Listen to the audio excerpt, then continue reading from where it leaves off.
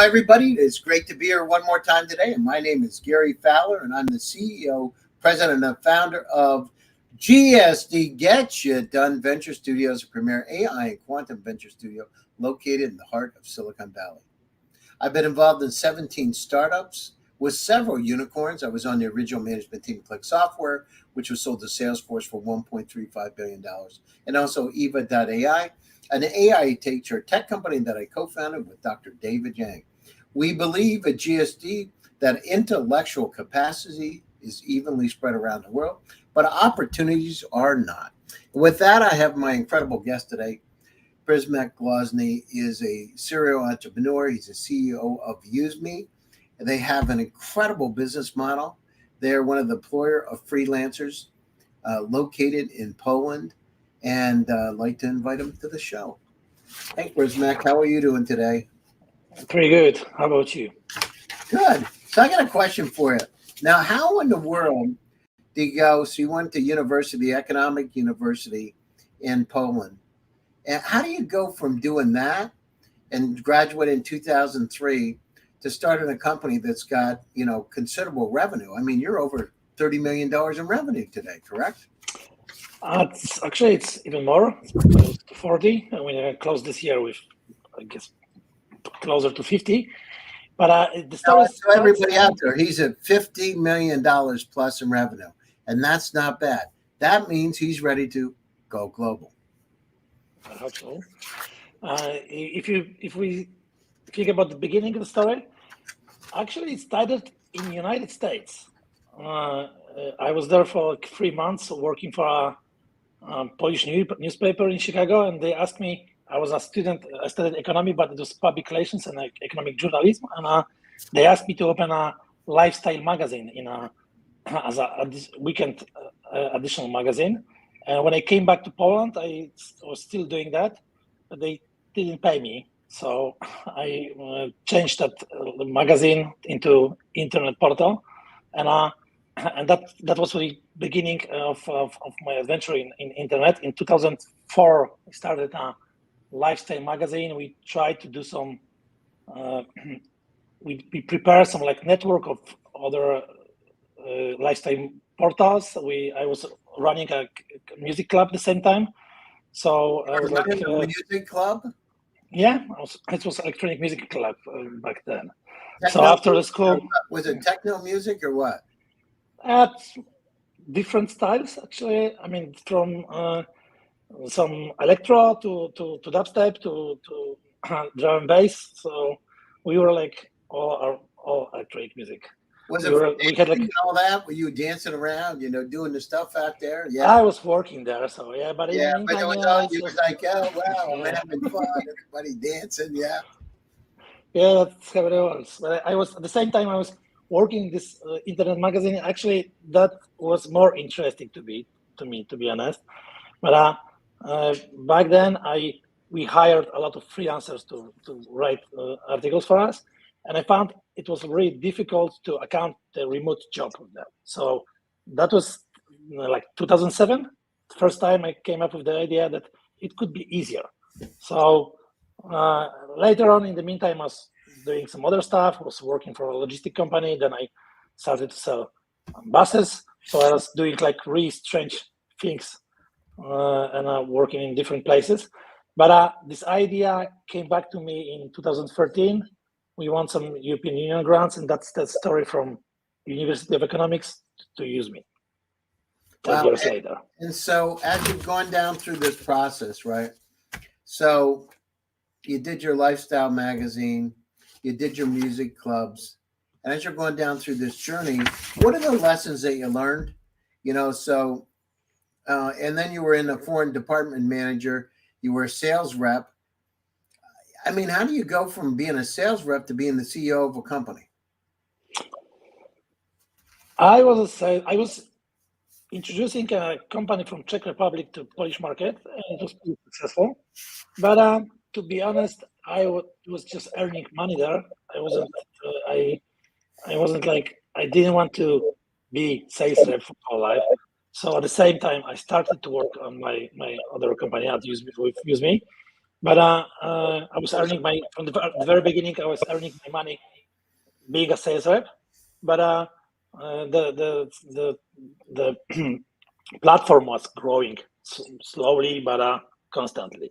So when it made some position, I just found some angel investors in a way, and I completely devoted to do that.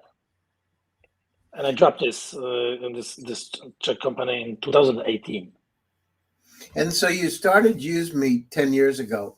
What are some of the lessons that you've learned during that period of time? You've got over 50,000 employers since 2013, companies such as IKEA, Samsung, HBO. But, how do you find those companies to partner with you? And then how do you maintain the account relationship with each of them? Because that's a daunting task if you're dealing with an IKEA of the world. We made a lot of mistakes at the very beginning. Even though I had experience from my previous companies, and actually that was some experience I wanted to. I mean, there was bad and good and bad stuff, but I thought I'm pre-experienced and entrepreneur. But when Useme started, I just made. Again, I mean, not the same mistakes, but other mistakes. But I was still making some mistakes. The product market fit wasn't right. It took us 2 years to develop the system to make it easy for everyone. And after 2 years, we made a kind of game-changing decision that employers don't have to register at the service in order to pay for the remote work. And from that point, everything started to grow faster. And it took us another 3 years when we were trying, a lot of different things, how to sell that product. And we were doing a regular way, sales team, calling people, finding some leads, stuff like that. But then we came to the idea that that's not the way we want to do that. So we managed to find a pretty smart acquisition model. And it started from saying that our main client is a freelancer. We want to do everything for the freelancer to have money as soon as it's possible on the account. And from that point, we draw a growth loop, how we want to grow and how people use our services. So we dropped the idea of finding corporations and bring them to the service. We made freelancers bring clients to our system. So the way Useme works, freelancer invite client to the system, and at the very beginning they don't have to register. As I said, they just can pay by the link, from the email. They don't have to. How much does it cost? How does it run? Let's say somebody costs $1,000 a week. How much do you charge them for using the system? It's a tricky question because it's just a matter of perception. At the very beginning, we charge 5% directly from freelancer. That's close to 5%. But when freelancer invite an employer to the system, and we try to recognize, doing some backend automations. We put some AI in it to check how employers. If it's possible that they hire more, they have more freelancers than one. If we recognize that this is a very possible company, then we go to them with an offer. Okay, we can add you free of charges bonuses, like one payment for the whole team, one invoice for the whole team, make it much more easier. And then we try to make all payments on their side. And from that point, we are in our strategy, we will move to pay by seat from the employer side. So that's why we're gonna grow our margins from that point. And we wanna transform the system to make employers pay the most money. But of course, we're gonna leave that just commission from freelancer for the people who have just one-offs. Because our system is dedicated to corporations that hire teams of freelancers, but also for the people who, half of the population of freelancers all around the world are actually working on a regular basis, and they have they're looking for additional second, third job. So we want to make the system also suitable for them. So they don't have to. A marketplace where they can find other employers inside of Useme. we have that kind of feature. I mean, we have a marketplace, but it's a freemium for us. That's the way we attract freelancers to come to our system.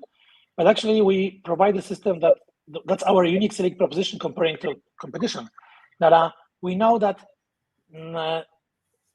all around the world, 2/3 of freelancers finding the clients by referrals, by references, offline meetings. I mean, only 12 to 13%, it depends on part of the world, find the new jobs on marketplaces, on internet marketplaces. So we wanted to make it suitable for people who can meet wherever they want and bring the last mile of accounting the job to the system. So they can find themselves, we do have a matchmaking feature in our system, but almost 90% of our customers come to us when they meet, somewhere else. Well, that's interesting. And so as you're going down through this journey, how do you decide what countries to go after?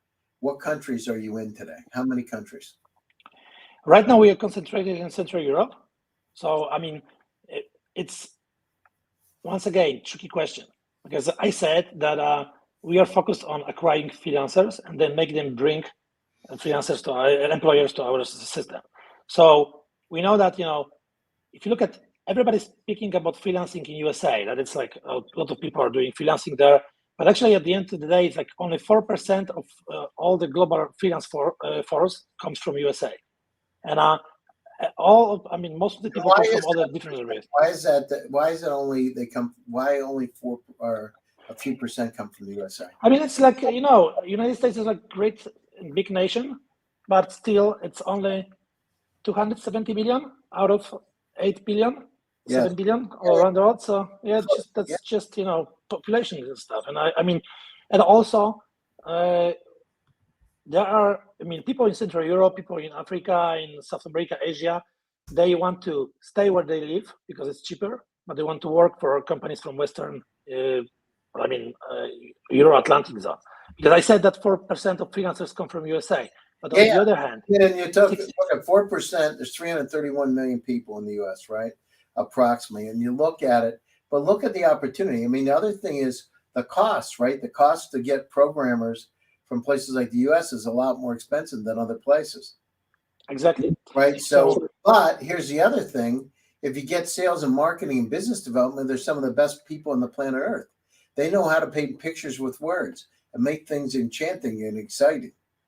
And not everybody knows how to do that in their cultures. It's just different. It is. We were doing some research how people recognize dealing with like people from all around the world, and we found that being in the same time zone, it's not crucial, but it's like nice to have because like it's easier to communicate. But then there's something like kind of culture. Signs, patterns. So, for example, it's easier even someone is from Ukraine, where they have like very great specialists. So it's easier to find, to communicate between people who's in Ukraine with someone of Germany than from someone from Germany to communicate with someone from Philippines, for example. That's just a kind of cultural code. And we found that we don't want to go to Asia because everybody is there. We want to connect people from Central Europe, which is like they have like great specialists. Where like if you look at the people from Central Europe, they're like great developers, Polish developers, Ukrainian developers. People are like, they are working for a lot of American companies, and they like them a lot because they are a bit cheaper, not like very much cheaper, but still cheaper, and it's like very high quality. And like at the end of the day, 60% of freelancing budget comes from USA or Western Europe. So we try to connect people from cheaper countries for specialists like Central Europe, Africa, South America with clients from USA and from Western Europe. And that's how we, as I said that right now we were focusing on Central Europe because we are bootstrapping still. Right now we're thinking about going global, but we were bootstrapping for the past 9 years. And you go from 39 million to 51 million. That sounds like a pretty substantial company. Yes, we are growing. We are thinking about like last 12 months. That's why we recognize, this 40 million for like last 12 months. But if you can compare year to year, we grow close to 90% year to year. How much? So what percent? There's close to 90% year to year, like being bootstrap company.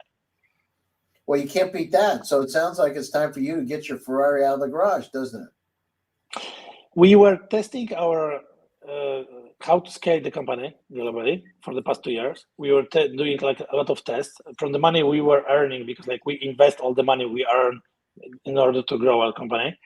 And we were testing how we can scale it to other countries. We tried many different things. We tried to open other entities in other countries. We tried to how people recognize our communication, how people recognize our product.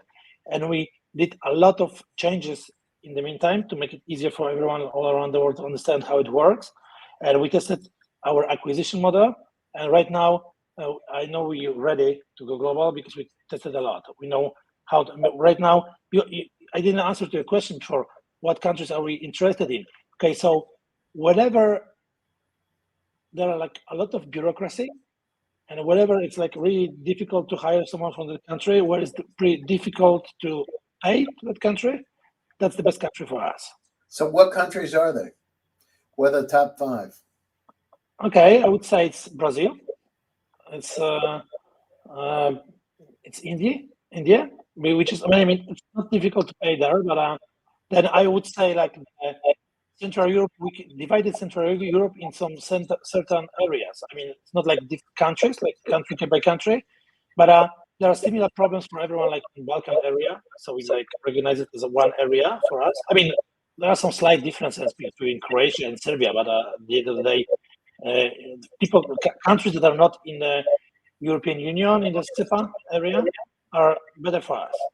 They're better, yeah. Yeah, I mean, this is like we have like more better options for it, but it doesn't mean usually is useful. Useme is useful for. I mean, we have like a lot of different features. You can pick the feature that's suitable for you. So, for example, we provide escrow system within our system. That means when freelancers send the work files, then it's safe for a freelancer because client cannot download the file before paying for that. But when one pays for that, can download the files with the work files, and when it's accepted, we free the money to the freelancer. So it's even if you in countries when payments are easy, like in European Union, which is like within European Union payments are very easy, then this feature as an escrow could be also useful. So as I said, countries with a lot of bureaucracy, which is European Union the whole. Mm-hmm. I mean, it's like. It's the way that's the reason why it's so difficult for other companies from different countries come to European Union or Europe as itself, because every country is slightly different. I mean, it's not like, even though we are a small continent, but there are like a lot of differences between, I don't know, Polish and Czech. They behave differently. They react differently for the marketing campaigns. So if someone thinks that they can go to Europe and make like a default campaign for the whole Europe, it won't work. You need to. Yeah, it's interesting. Yeah, no, I know that there's a lot of differences from Slovenia to Slovakia, right? From the Czech Republic to Poland. I mean, it's all over the place, the differences. But that's where there are opportunities for you because you understand those differences, right? So what's the game plan? What's going to happen over the next 2 years? We try to raise some money. We'll try to raise some money to fuel that engine we built, and we want to implement our ideas to go to mainly South America, because like we could go to Europe. We were going to Europe with our money, but to go globally, we need some additional funds. We also want to open customer service offices somewhere in the same time zone as it is for USA and South America, because we found it very crucial. Right now, it's one of our features. I mean, people like that whenever they ask us a question, they have a problem to solve, we have an average of 1.5 hours to solve the problem. So that's average for all our clients. And we are dealing with money, with people's money. So sometimes they want to ask, how long will it take to have money on their account? So we know that it's pretty crucial to give that answer as soon as possible. So that's another thing. We want to open the office in the probably in USA or South America. We're not sure yet, but within the same time zone. No, it's very good. Listen, we're coming up to the top of the show. Closing thoughts and how do people get a hold of you?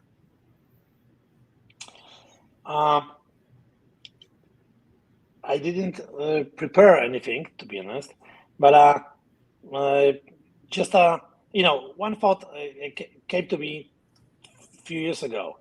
You need to be focused on something that you could be really the best at, and find that thing, and just focus completely on it, and try to find that thing which is unique if you compare it to the competition.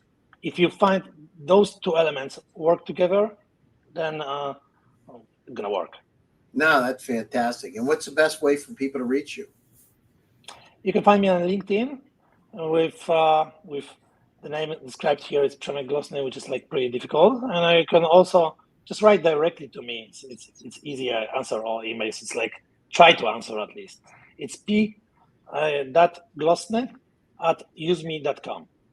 That's great. Thank you so much for taking your time out of your busy schedule. It's great to have you today. And thanks to all my audience for joining one more time. GSD presents Silicon Valley AI and Tech.